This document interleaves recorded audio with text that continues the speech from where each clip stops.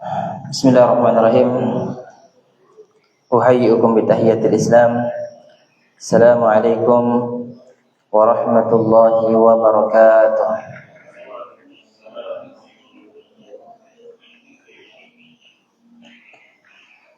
Alhamdulillahi ala ihsanih wa syukru lahu ala taufiqihi wa amtinanih. وأشهد أن لا إله إلا الله وحده لا شريك له تعظيما لشأنه وأشهد أن محمدا عبده ورسوله الداعي إلى رضوانه وعلى آله وأصحابه وإخوانه. Alhamdulillah,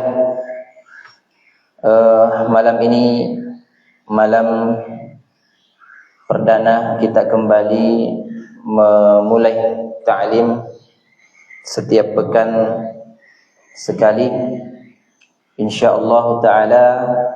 Semoga amalan kita bisa istiqamah meskipun sedikit-sedikit, dan inilah amalan yang kita yakini, amalan yang paling Allah cintai, adwamuha wa in qallah.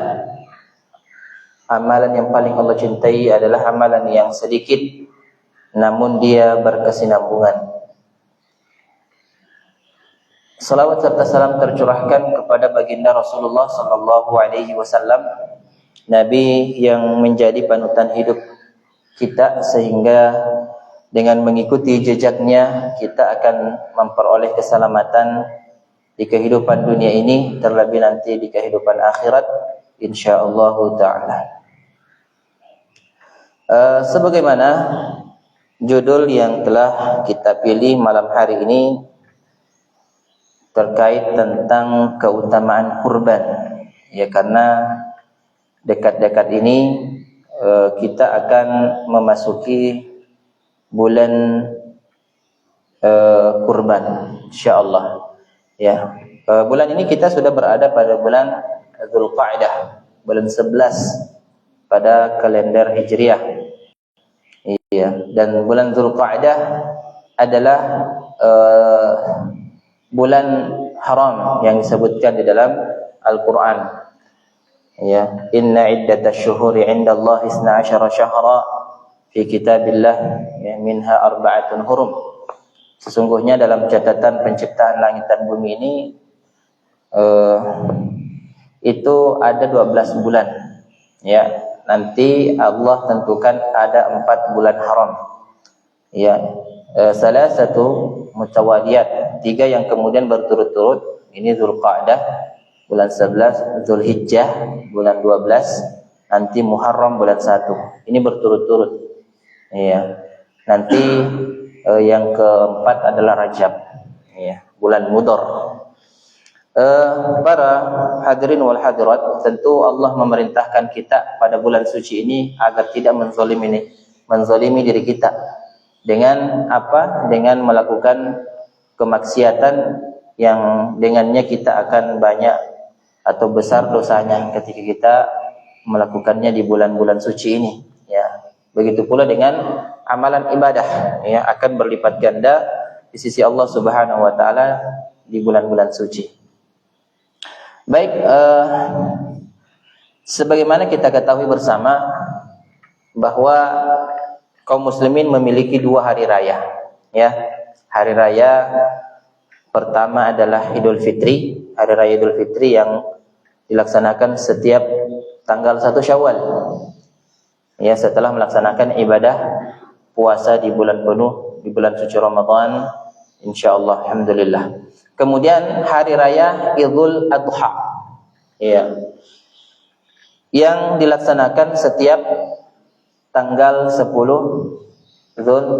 Dzulhijjah, ya, setelah orang-orang melaksanakan wukuf di Arafah dalam pelaksanaan ibadah hajinya.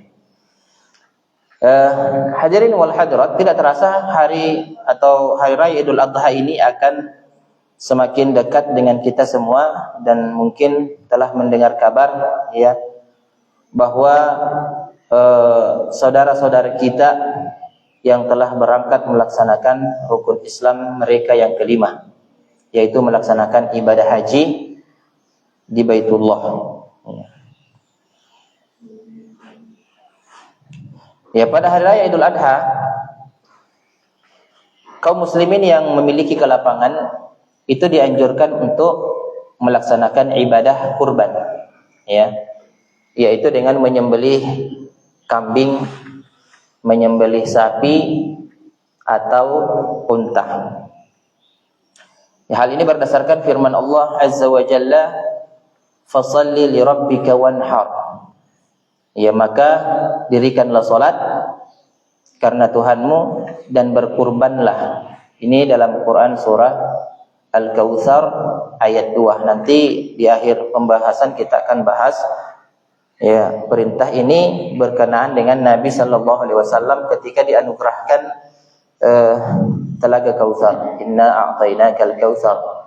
Kemudian Allah menginginkan bentuk syukurnya Nabi, fashalli li rabbika wanhar. Ya, maka dirikanlah salat dan menyembelihlah. Ini adalah bentuk kesyukuran yang paling besar ya kalau kita ingin bersyukur. Juga berdasarkan sabda Rasulullah sallallahu alaihi wasallam, "Man kana lahu sa'atun wa lam yudahhi fala yaqrabanna musallana." Ya, barang siapa yang memiliki kelapangan dan kemudian dia tidak berkurban, kata Nabi, maka jangan kemudian dia mendekati tempat sholat kami. Ya, Allah berikan kekayaan misalnya, ya, mampu kemudian membeli kendaraan yang mewah, tetapi saat datang musim-musim kurban, ya, mereka tidak bisa untuk ikut terlibat dalam kurban.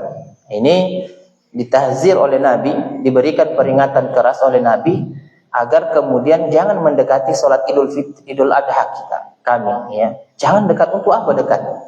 Ya. Seolah Nabi begitu marah kepada orang-orang yang tidak mau berkurban, ya, untuk Allah Subhanahu wa taala, padahal ada kenikmatan yang Allah berikan terhadap dirinya. Ya. Ya, kita saksikan banyak ya sanak saudara kita, mungkin pada diri kita sendiri mampu untuk kemudian beli ini dan itu dengan harga yang fantastis, tapi saat kurban yang hanya membutuhkan 1.500.000, ya, kalau sendiri serikat 7 sapi, ya, kita tidak mampu. Ya, kalau kambing mungkin sendiri harga 3,5 juta dapat satu kambing. Ini tentu kita tidak bisa kemudian menganggap saudara-saudari kita dengan tatapan yang rendah. Ya, mungkin saja banyak hal yang kemudian perlu untuk diselesaikan, urusan-urusan pribadi mereka. Ala kulli hal, ya, ini persoalan iman, persoalan ketakwaan kepada Allah Subhanahu wa taala. Semoga kita semua, ya, kalau diberikan kelapangan bisa kemudian, ya, melaksanakan ibadah kurban ini. Ya. Ya, para ulama berbeda pendapat tentang hukum melaksanakan ibadah kurban pada hari raya Idul Adha. Di antara mereka ada yang mengatakan hukumnya wajib bagi orang-orang yang memiliki kelapangan, sedang pendapat yang kedua hukumnya sunnah, dan pendapat kedua ini mengatakan pendapat mayoritas ulama. Ya, bagi mereka yang punya kelapangan itu tetap disunnahkan menurut mayoritas ulama, tapi ada yang mengatakan itu wajib, sebagaimana dalil yang tadi disebutkan oleh Nabi, jangan dekati tempat sholat kami. Artinya memang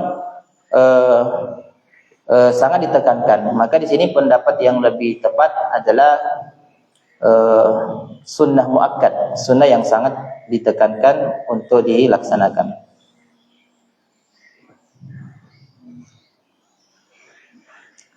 Ya, tentang keutamaan keutamaan kurban ini sangat banyak hadis, ya, yang menjelaskan tentang keutamaan-keutamaan, dan hampir semua diperselisihkan sanadnya, hampir semua dhaif, ya. Tetapi ada beberapa ulama yang kemudian dengan sanad-sanad itu mensahihkannya, menghasankannya, ya. Salah satu yang kita akan bahas adalah riwayat Ibnu Majah dan riwayat Imam At-Tirmidzi dan dihasankan oleh Imam At-Tirmidzi rahimahullahu taala. Rasulullah sallallahu alaihi wasallam bersabda, "Ma 'amila adamiyyun min 'amalin yawman nahar ahabba ila Allah min ihraqid dam." Ya.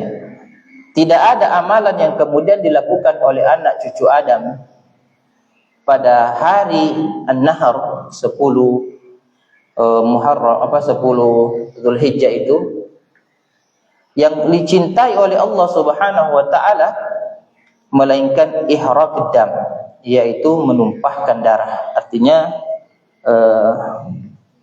menyembelih hewan kurban. Itu amalan yang paling Allah cintai pada saat itu.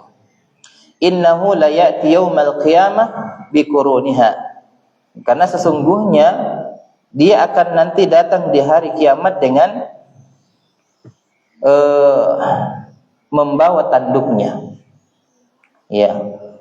Wa asy'ariha, juga membawa rambut-rambutnya, bulu-bulunya.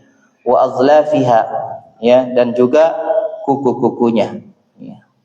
Wa anna ad-dama la yaqa'u minallahi bimakanin qabla an yaqa'a minal ard. Ya, dan sesungguhnya darah hewan kurban itu akan sampai kepada Allah Subhanahu wa taala sebelum dia jatuh ke tanah. Artinya niatannya orang-orang yang berkurban itu sudah sampai sebelum disembelih, sebelum jatuh darahnya di tanah. Artinya langsung Allah terima, Masya Allah, dengan sudah niatan ini langsung Allah terima. Ya. Maka di sini lanjutannya, fatibu biha nafsa. Ya, maka bersihkanlah jiwa dengan melaksanakannya. Bersihkanlah jiwa dengan melaksanakannya. Artinya kita ikhlaskan betul-betul niat kita tatkala kita melakukan atau melaksanakan ibadah kurban ini. Ya, jangan sampai nanti ada penyesalan, aduh besar sekali, mahal sekali. Nah, itu bersihkan jiwa kita. Karena bagaimanapun kalau ibadah yang kita lakukan, ibadah apapun, di awal-awalnya kadang kita ikhlas, nanti di tengahnya digoda sama syaitan, dirayu sama syaitan. Itu yang kemudian kita harus memperbaiki tetap selalu keikhlasan dan niat-niat kita. Ya. Jadi jangan pernah ada merasa mahal sekali, nanti tahun depan bisa lebih murah. Kalau persoalan kurban ini harus yang terbaik yang kita persiapkan untuk Allah Subhanahu wa taala. Ya. Jadi perlu untuk kemudian kita mengontrol jiwa kita. Kemudian hadirin wal hadirat, ikhwah wal akhwat yang dirahmati oleh Allah, ibadah kurban ini sudah ada sejak dahulu kala, sejak Nabi Adam alaihi assalam, ya. Dijelaskan dalam surah Al-Maidah ayat 27.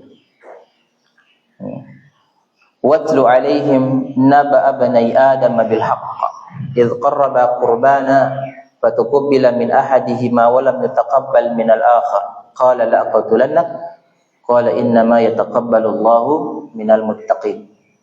Ya. Ceritakanlah kepada mereka kisah putra Adam, Habil dan Qabil, menurut yang sebenarnya, ya.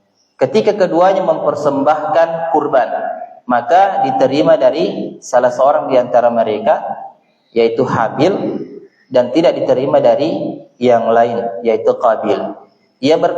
Qabil berkata kepada Habil, aku pasti akan membunuhmu. Ya, kemudian Habil berkata, sesungguhnya Allah hanya menerima kurban dari orang-orang yang bertakwa. Iya. Artinya jemaah sekalian, sudah ada sejak Nabi Adam alaihi salam tentang kurban ini. Dan tanda diterimanya kurban di masa mereka itu adanya api yang kemudian membakar kurban tersebut. Ya, waktu dipersembahkan itu domba yang gemuk oleh Habil, ya, kemudian terbakar api menunjukkan kurbannya diterima. Ya, karena Adam alaihissalam terkadang melahirkan anak sepasang kembar laki-laki perempuan, ya, Qabil dengan saudarinya lahir bersama dengan cantik jelita, sedangkan Habil dia lahir bersama dengan wanita yang tidak terlalu jelita, ya, sehingga Nabi Adam memikirkan bagaimana ini anak cucu Adam berkembang biak dijadikan sebagai pernikahan silang, ya, karena dianggap saudara sama lahir, maka ingin dinikahkan Habil dengan Qabil, Habil dengan saudarinya Qabil dan sebaliknya. Karena Qabil menganggap saudarinya Habil tidak cantik, dia tidak mau, maka diadakanlah sayembara ini, kurban. Tapi Qabil mengatakan, ya, secara naluri kita cocok, ya, cuman Allah tidak seperti itu. Qabil mengatakan, saya nanti siapkan buah-buahan yang busuk saja, yang tidak bagus, artinya Allah tidak makan jin, ya, tidak suka jadi tenan dipakai. Jadi dia sembahkan kurban itu, ya. Habil dia cari domba yang paling gemuk, yang paling terbaik di antara, ya, apa yang dia miliki, ya. Maka di situ Allah nilai, ya, kurbannya Habil yang diterima karena dia pilih yang terbaik, ya. Maka dinikahkanlah Habil dengan pasangannya Qabil yang cantik jelita, ya. Disitulah kemudian marah Qabil dan membunuh Habil. Itulah yang terjadi, kisah pembunuhan pertama, ya. Intinya di sini kurbannya yang kita bahas, bahwa sudah sejak Nabi Adam alaihissalam, ya, kurban ini sudah ada. Ya, jadi ketika syariat kurban ini sudah ada sejak zaman dahulu, ini menunjukkan perhatian Allah terhadap ibadah ini, ya. Sama juga dengan sholat, ya, sholat itu kan sudah ada di masa dulu, ya, sampai sekarang, meskipun nanti berbeda-beda tata caranya dan syarat-syaratnya. Sama dengan puasa, dan juga sudah ada di masa dahulu, ya. Ya, di sini disebutkan sebagaimana ibadah salat sejak zaman Nabi Adam sudah ibadah salat sampai sekarang, ya, hanya saja mungkin ada detail-detail yang berbeda, ya, tapi salat dilakukan oleh para nabi-nabi terdahulu.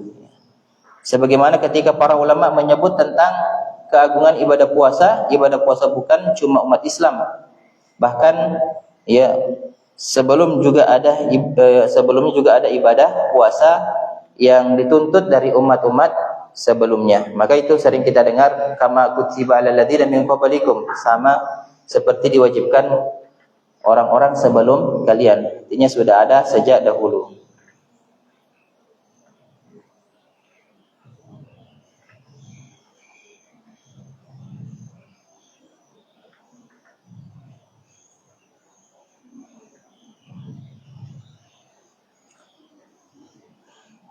Ya, di antara dalil yang menunjukkan bahwa kurban ini sudah ada sejak dahulu di Quran surah Al-Hajj, ya, ayat 34. Allah Subhanahu wa taala mengatakan, "Wa likulli ummatin ja'alna mansaka liyadhkuru ismallahi 'ala ma razaqahum min bahimatil an'am fa ilahukum ilahu wahid falahu aslimu wa basyir al-mukhbitin." Ya. Dan bagi tiap-tiap umat telah kami syariatkan penyembelihan kurban, ya, penyembelihan atau kurban, supaya mereka menyebut Allah Subhanahu wa taala terhadap binatang ternak yang telah direzekikan Allah kepada mereka. Jadi sejak Nabi Adam, setelahnya, sampai nanti di masa Nabi sallallahu alaihi wasallam sampai saat ini, itu sudah ada syariat kurban, ya, yang Allah Subhanahu wa taala tetapkan.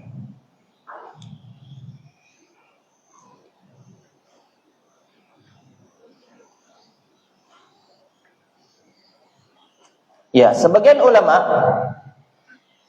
mengkaitkan syariat kurban dengan kisah Nabi Ibrahim alaihissalam, ya, yang diperintahkan untuk kemudian menyembelih anaknya Ismail alaihissalam. Ya, Nabi Ibrahim pun menurut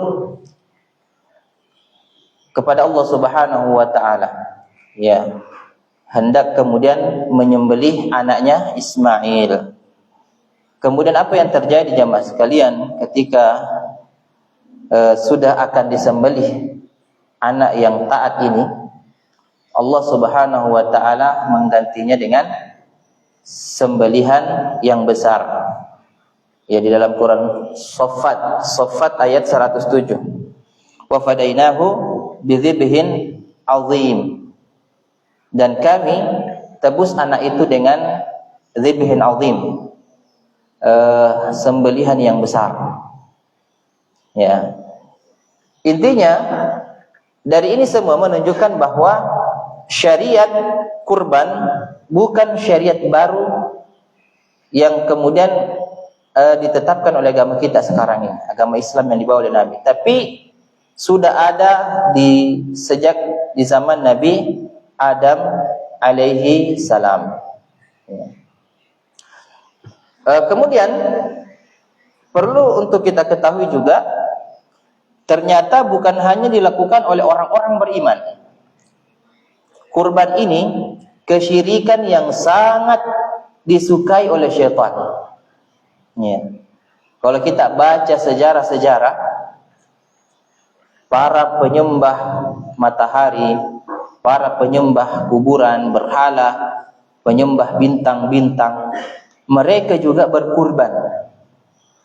Bahkan bukan cuma hewan yang mereka kurbankan, tapi manusia mereka juga kurbankan. Ya. Karena ini menunjukkan pengagungan terhadap apa yang mereka sembah. Ya. Hadis yang masyhur tentang hal ini adalah dua orang yang karena lalat masuk ke dalam surga, karena lalat pula dia masuk ke dalam neraka. Ya, dakhala ar-rajulul jannah fi dhubabin, ya, wa dakhala ar-rajulun nara fi dhubabin. Seseorang ini masuk ke dalam surga karena lalat, seseorang ini juga masuk ke dalam neraka karena lalat pula. Nah, ini kisahnya masyhur. Kata Nabi sallallahu alaihi wasallam dalam hadis ini, ada dua orang yang melewati suatu kaum, lewat kampung mereka, dan ternyata kaum tersebut memiliki sebuah berhala, dan mereka tidak membolehkan seorang pun untuk melewati kampung mereka sampai mempersembahkan sesuatu. Iya, hewan harus disembelih, diserahkan kepada patung yang mereka sembah tersebut. Ya, maka mereka berkata kepada salah seorang di antara dua orang tersebut, ya, persembahkanlah sesuatu.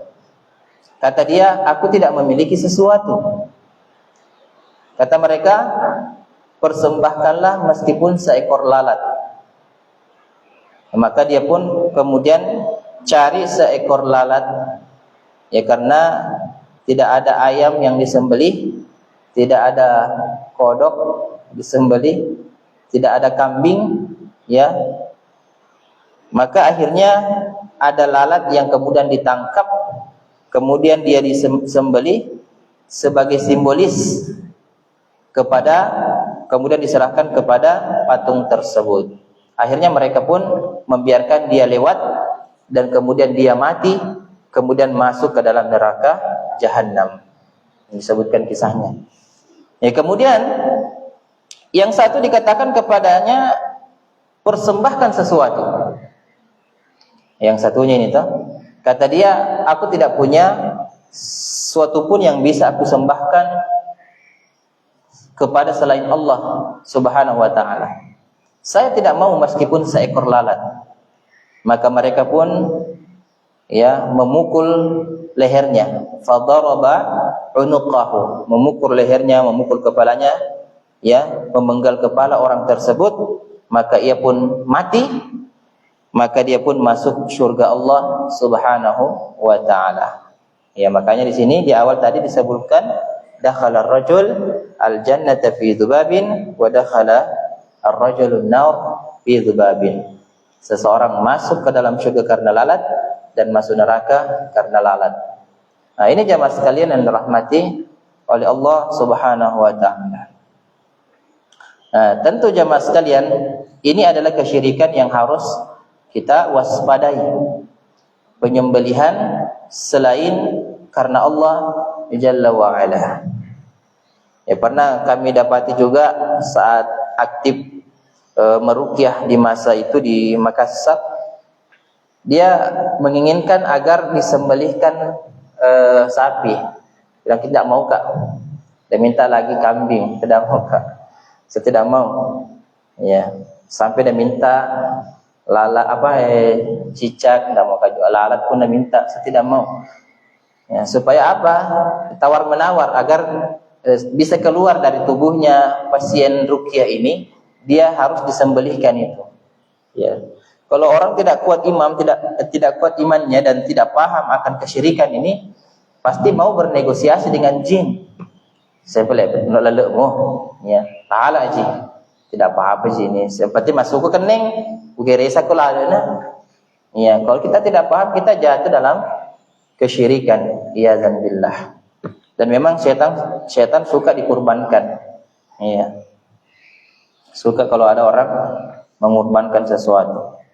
Ya, pernah juga terjadi kesurupan massal di SMA masa itu, SMA sini. Disembelihkan juga sapi.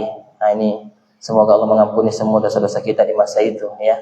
Karena kejahilian, karena kebodohan ilmu yang belum sampai kepada kita. Jin begitu dia.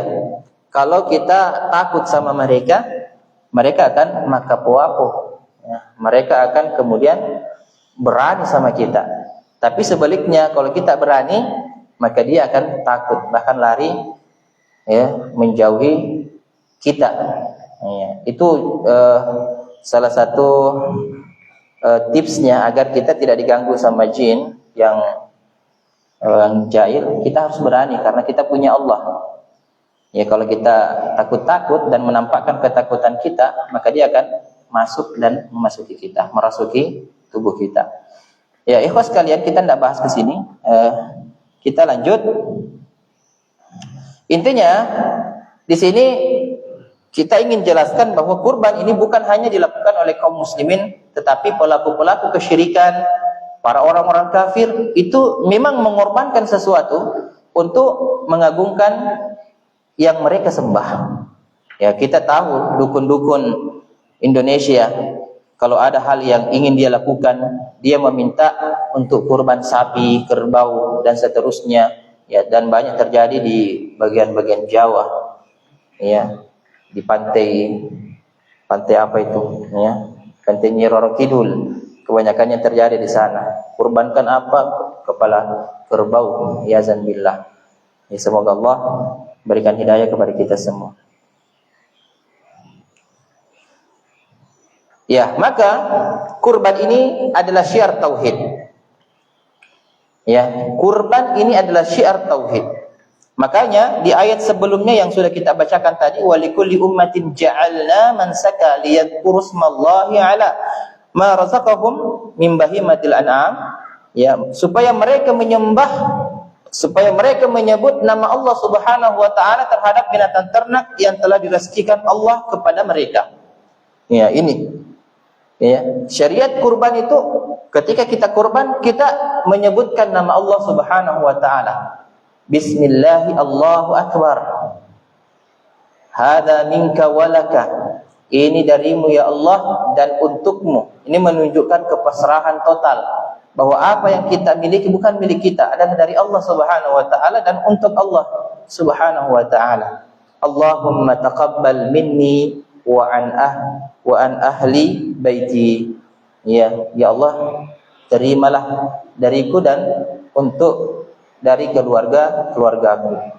Ya, itu jamaah sekalian. Ya, makanya kalau kita mau menyembelih itu di luar rumah, jangan di dalam rumah. Ya, kita menyembelih di lapangan terbuka, ya. Jangan sembunyi-sembunyi, karena memang kurban ini adalah syiar tauhid. Ya, kita agungkan Allah Subhanahu wa taala, ya, di tengah-tengah masyarakat. Ya, untuk membendung tadi, ya, syiar-syiar kesyirikan. Ya. Kemudian jamaah sekalian yang dirahmati oleh Allah Subhanahu wa taala. Ya, keutamaan kurban disebutkan oleh Imam Ibn Taimiyah rahimahullahu taala, afdalul ibadatil maliyah. Kurban itu adalah sebaik-baik ibadah maliyah, ibadah yang sifatnya harta. Ya. Jadi kurban adalah ibadah yang paling afdal yang berkaitan tentang harta. Kalau ibadah yang afdal yang berkaitan dengan jasad kita adalah solat. Ya. Makanya Allah Subhanahu wa taala itu banyak menggandengkan tentang solat dan kurban di dalam Al-Qur'an. Ya, salah satu yang kita sudah sebutkan tadi, fasholli li rabbika wanhar, maka solatlah dan menyembelihlah. Ya, karena afdaliyahnya ibadah harta adalah kurban, dan afdaliyahnya ibadah yang sifatnya jasad kita, amaliyah jasad adalah salat. Ya, fasholli li rabbika wanhar. Al-Kautsar ayat 2. Juga di dalam Quran surah Al-An'am ayat 162 Allah mengatakan, kul inna salati wa nusuki wa mahyaya wa mamati lillahi rabbil alamin. Sesungguhnya salatku, sesembelihanku, hidupku dan matiku hanya untuk Allah Subhanahu wa taala. Ya, olehnya para ulama menyebutkan bahwa kurban lebih afdal daripada sedekah.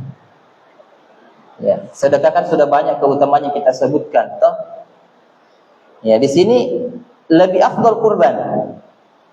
Maksudnya bagaimana? Seseorang memiliki 4 juta dan dia ingin sedekahkan di jalan Allah, di pesantren, di masjid, di anak fakir miskin, ya, di tempat-tempat lain. Di lain sisi, dia belikan untuk kambing dengan harga 4 juta untuk kurban. Ya, para ulama mengatakan afdalnya adalah membelikan kambing dan disembelih. Ini lebih afdal kurban. Kenapa bisa kurban lebih afdal daripada sedekah tadi?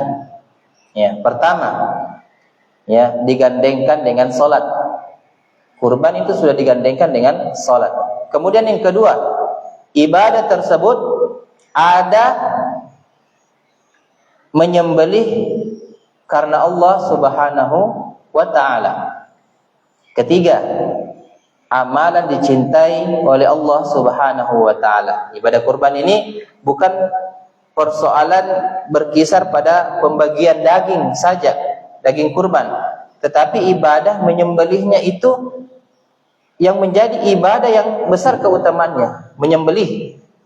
Ya, makanya afdal sekali itu kalau orang yang mau berkurban dia sendiri yang sembelih, karena menyembelih itu ibadah yang paling besar dan ibadah yang paling Allah cintai di 10 hari nahar itu, 10 Dzulhijjah itu, ya, sebagaimana hadisnya, ma'amil adamiyun min amalin yauman nahar ahabba ila Allah min ihraqid dam. Makanya ulama tidaklah amalan yang paling bagus dilakukan oleh anak cucu Adam di hari An-Nahr yang lebih dicintai oleh Allah Subhanahu wa taala melainkan, ya, menyembelih. Di situ keutamaannya. Kenapa kurban lebih utama dibandingkan sedekah tadi? Ya, karena ada ihraqud dam, ya, mengalirkan darah. Di sini ada ulama minoritas, ya. Kain mayoritasnya yang disembelih itu hewan ternak, ya, bahimatul an'am. Tapi ada juga ulama minoritas yang sedikit jumlahnya itu membolehkan adanya penyembelihan hewan lain selain hewan ternak seperti ayam, ya, dan lainnya dengan mengharapkan pahala menyembelih pada hari raya Idul Adha itu artinya menumpahkan darah juga dari lehernya ayam. Ya, pendapat ini adalah pendapat Imam Ibnu Hazm dan ulama mazhab Al-Zahiriyah yang lainnya. Yang mereka berhujjah dengan apa hujahnya? Perkataan Bilal radhiyallahu anhu. Bilal mengatakan, "Ma kuntu ubali law dhahaitu lidikin."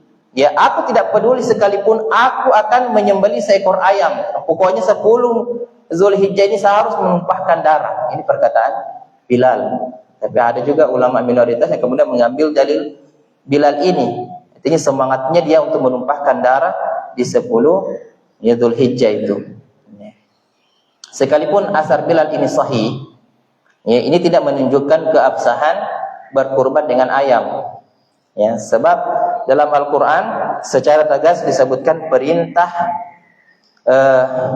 kurban hanya pada bahimatul an'am, yaitu sapi, onta dan kambing. Ya, perkataan Bilal radhiyallahu anhu tersebut boleh jadi karena ijtihadnya beliau, ya, dari dirinya sendiri yang memahami sabda Rasulullah sallallahu alaihi wasallam tentang keutamaan menyembelih hewan pada hari itu. Ya. Hal ini juga sebagaimana yang terjadi pada Abu Hurairah radhiyallahu anhu yang kemudian memahami keutamaan wudu, di mana anggota tubuh yang terkena air wudu itu akan menjadi cahaya pada hari kiamat. Maka Abu Hurairah itu kalau berwudu dia cuci tangannya melebihi sikunya sampai ke bahunya dia. Ya, saking semangatnya maunya bahunya itu juga terkena cahaya, menjadi cahaya nanti di hari kiamat karena terkena air wudu. Ya, ini hanya sekedar ijtihad, ya, perlu dipahami. Ijtihad beberapa sahabat dia hanya minoritas. Yang mayoritasnya adalah yang dimaksud dengan bahimatul an'am adalah sapi, kambing dan unta, sebagaimana Syekh Muhammad bin Shalih Al-Utsaimin rahimahullah berkata, bahimatul an'am hiya al-ibil wal baqarah wal ghanam. Bahimatul an'am adalah unta, sapi dan kambing. Ya, juga Syekh Sayyid Sabiq rahimahullah berkata, wala takunu illa minal ibil wal baqar wal ghanam wala tujzi'u min ghairi hadhihi as-salasa. Pelaksanaan ibadah kurban itu tidak boleh dilakukan kecuali pada unta, sapi dan kambing. Tidak sah pelaksanaannya pada selain ketiga hewan ini.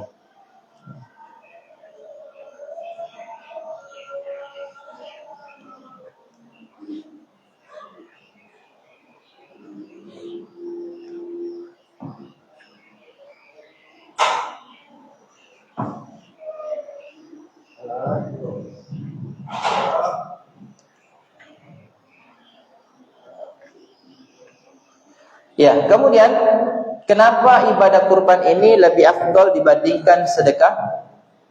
Ya, setelah menyembelih kita juga bisa bersedekah di situ. Bersedekah kambing. Ya, sepertiganya bisa kita makan, sebagaimana Nabi Shallallahu Alaihi Wasallam dia menyembelih dan makan sebagian daripada sembelihannya. Ya, sepertiganya dia kemudian bisa sedekahkan, sepertiganya bisa kemudian dia hadiahkan. Nah, di antara keutamaan-keutamaannya, keutamaan kurban, Nabi Shallallahu Alaihi Wasallam setiap tahun melaksanakan kurban. Ya, tidak pernah absen untuk kemudian berkurban.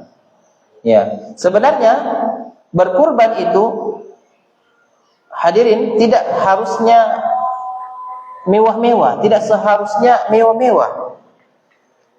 Ya, kambing sudah cukup. Ya, sehingga di antara ulama itu kemudian berbeda pendapat tentang afdolnya berkurban dengan satu kambing dengan satu sapi serikat 7. Ya, di mana yang lebih afdol? Ya, kalau kita merujuk dalil-dalil yang sahih, memang yang afdaliyahnya adalah satu kambing satu orang, karena Nabi Shallallahu Alaihi Wasallam itu berkurban dengan kambing atau domba. Nabi pernah berkurban 65 kambing. 15 dia potong secara langsung dari tangannya yang mulia, kemudian dilanjutkan oleh Ali radhiyallahu anhu. Ya, padahal di masa itu kan ada unta, tapi kok Nabi memilih kambing. Ya, di sini dia melihat dari satu nyawa utuh. Jadi satu kambing itu satu nyawa utuh. Dengan satu sapi juga kan satu nyawa utuh, tapi diserikatkan 7. Jadi 7 orang baru satu nyawa. Kalau ini satu orang satu nyawa utuh. Ini yang afdal, yang kemudian Nabi lakukan. Ya, ketika Nabi Ibrahim alaihissalam menyembelih anaknya diubah menjadi sapi atau kambing atau domba. Diubah menjadi domba. Ya, ini menunjukkan keutamaannya. Hasan Hussein ketika diakikahkan juga itu kemudian pakai kambing dan tidak boleh diganti dengan yang lain. Ya. Kalau dari segi kita berbicara dari segi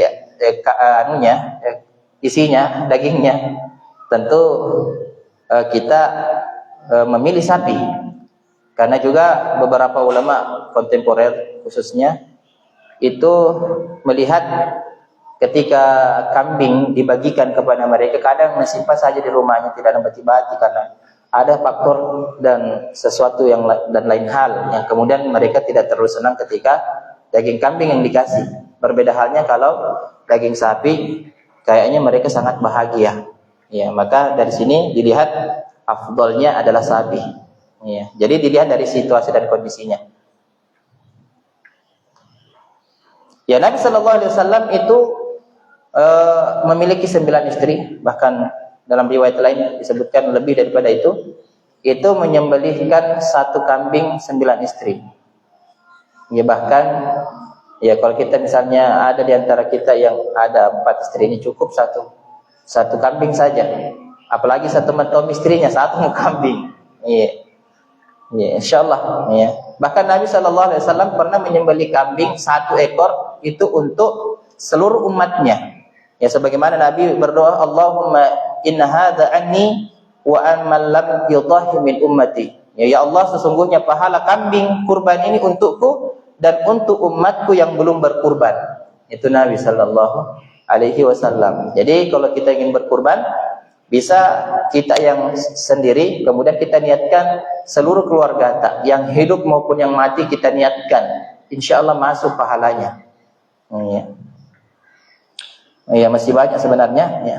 Terakhir, kurban ini syiar takwa. Ya. Allah Subhanahu wa taala itu tidak menerima dagingnya maupun darahnya itu hewan kurban, tetapi melihat ketakwaan kita, ya.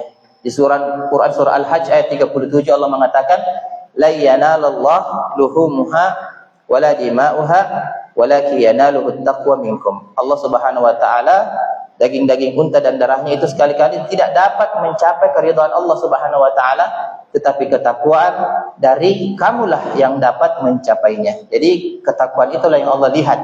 Maka di antara ciri-ciri ketakwaan yang kemudian diaplikasikan ya dalam bentuk kesyukuran adalah kita dengan berkurban. Ini syiar takwa yang harus kemudian kita lestarikan.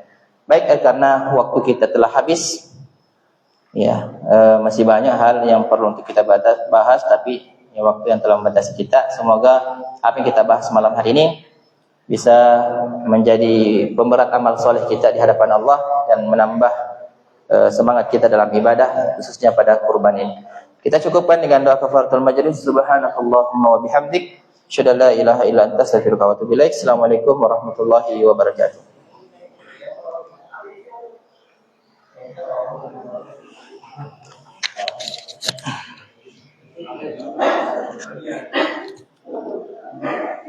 Masya Allah. Barakallahu fikum, Haji Rusman.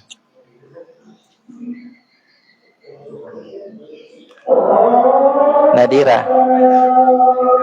Masya Allah. Barakallahu fikum.